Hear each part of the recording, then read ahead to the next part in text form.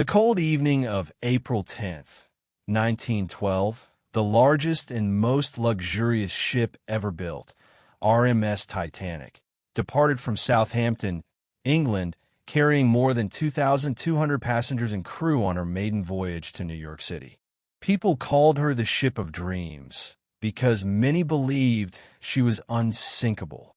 Wealthy businessmen, hopeful immigrants, famous celebrities, and hard-working sailors all shared one incredible journey across the Atlantic Ocean.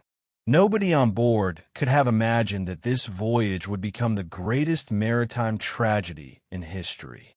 But hidden behind the well-known disaster is a mysterious story that few people have ever heard.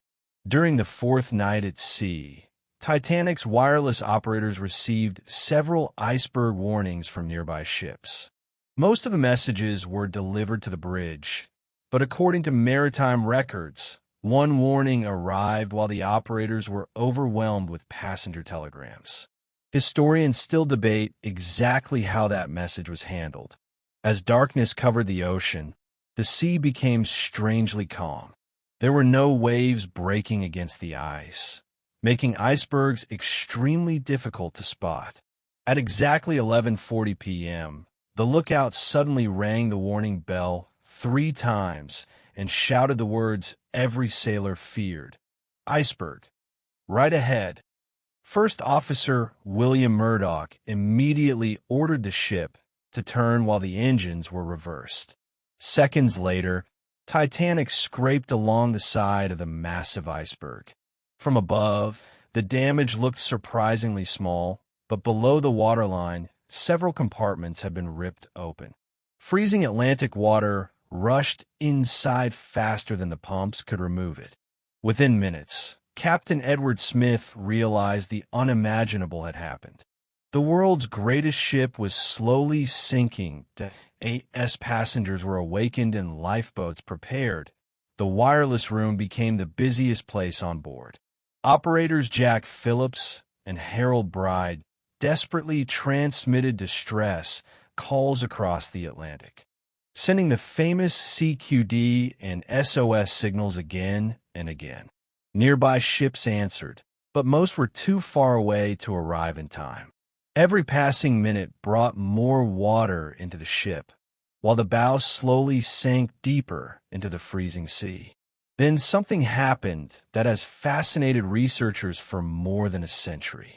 Several ships reportedly received unusual wireless signals after Titanic had already disappeared beneath the ocean.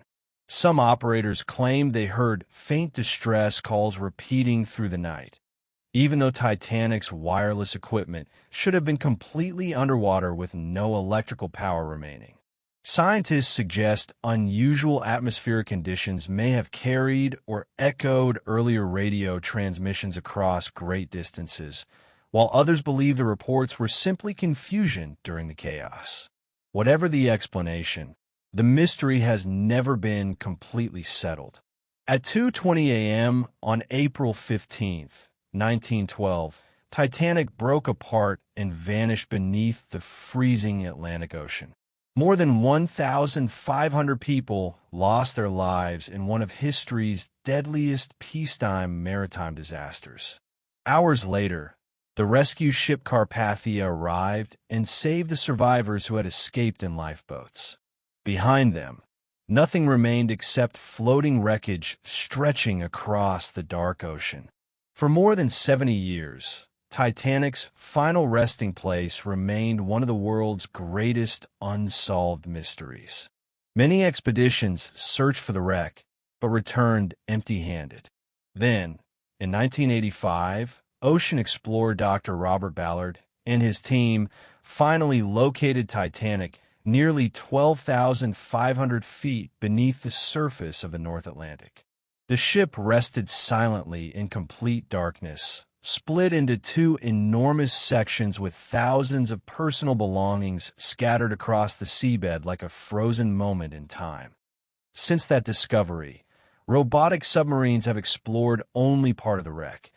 They have found grand staircases, elegant cabins, broken chandeliers, fine china, shoes lying untouched on the